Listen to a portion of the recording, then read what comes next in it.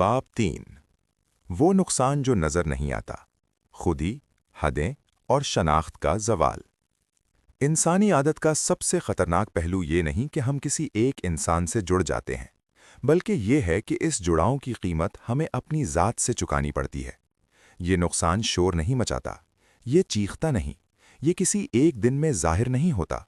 ये आहिस्ता आहिस्ता खामोशी से हमारी रूह की दीवारों में दरारें डालता है, यहाँ तक कि एक दिन हम खुद को पहचानने से कासिर रहते हैं। जब एक इंसान हमारी आदत बन जाता है तो सबसे पहले हमारी खुदी मुतासिर होती है। खुदी वो अंदरूनी आवाज़ है जो हमें बताती है कि हम कौन हैं, हमें क्या कबूल है और क्या नाकाबिल कबूल।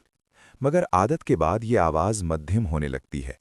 हम अपनी राय बदलने लगते हैं, अपनी ख्वाहिशात को पीछे रखने लगते हैं और अपनी तरजीहात को इस खौफ पर कुर्बान करने लगते हैं कि कहीं वो इंसान नाराज़ ना हो जाए। यहाँ से एक खतरनाक अमल शुरू होता है। हम खुद को कम अहम समझने लगते हैं और दूसरे इंसान को ज़्यादा ताकत दे देते हैं।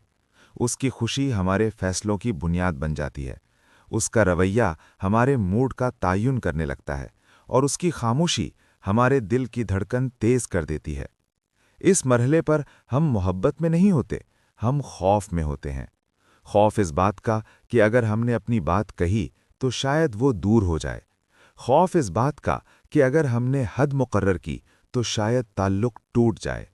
और यूं हम हदें बनाना छोड़ देते हैं।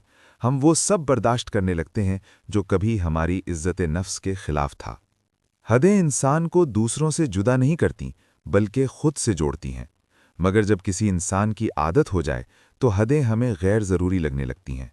हम समझते हैं कि मोहब्बत में सब कुछ बर्दाश्त करना पड़ता है, हालांकि हकीकत यह है कि जहां हदें ख़त्म हो जाएं, वहां एहतराम भी ख़त्म हो जाता है।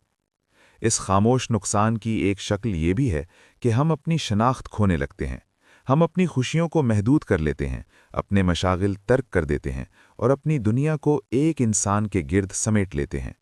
हम वो काम छोड़ देते हैं जो हमें खुशी देते थे, सिर्फ इसलिए कि अब हमारी खुशी किसी और के वक्त, तवज्जो और मर्जी से जुड़ चुकी होती है। खामोशी से बदलती हुई तरजीहात।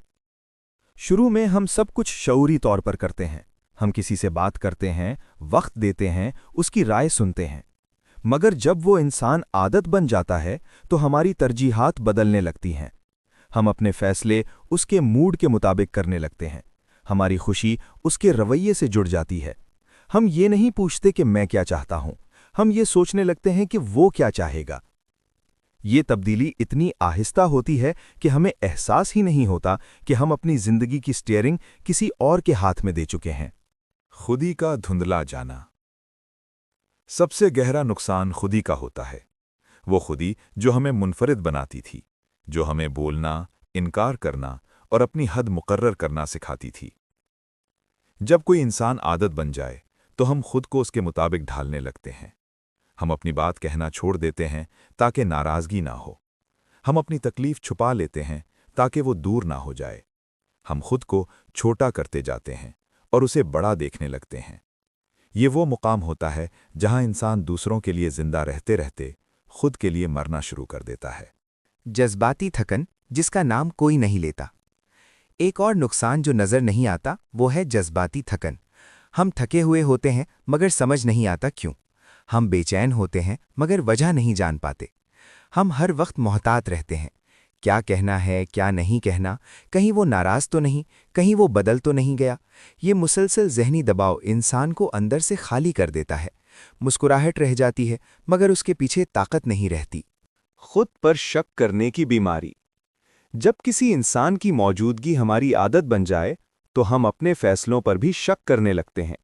हम सोचते हैं शायद मसला मुझ में है, शायद मैं ही ज्यादा हसास हूं, शायद मुझे ही समझौता करना चाहिए।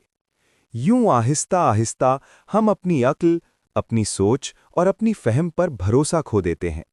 ये वो नुकसान है जो इंसान को कमजोर नहीं, मोहताज बना देता है। ताल्लुक जो सहारा नहीं रहता।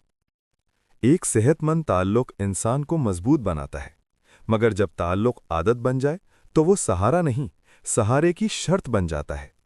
हम अकेले रहने से डरने लगते हैं, खामोशी हमें काटने लगती है और हम उस ताल्लुक को बचाने के लिए हर कीमत अदा करने को तैयार हो जाते हैं। यही वो जगह है जहां मोहब्बत खत्म हो जाती है और कैद शुरू हो जाती है, जिसका एतराफ हम खुद से भी नहीं करते। सब कुछ होते हुए भी खालीपन, सबसे तकलीफदेह नुकसान वो होता है जब सब कुछ होते हुए भी दिल खाली हो। हम किसी के साथ होते हैं मगर खुद के साथ नहीं होते। हम हंसते हैं मगर खुश नहीं होते।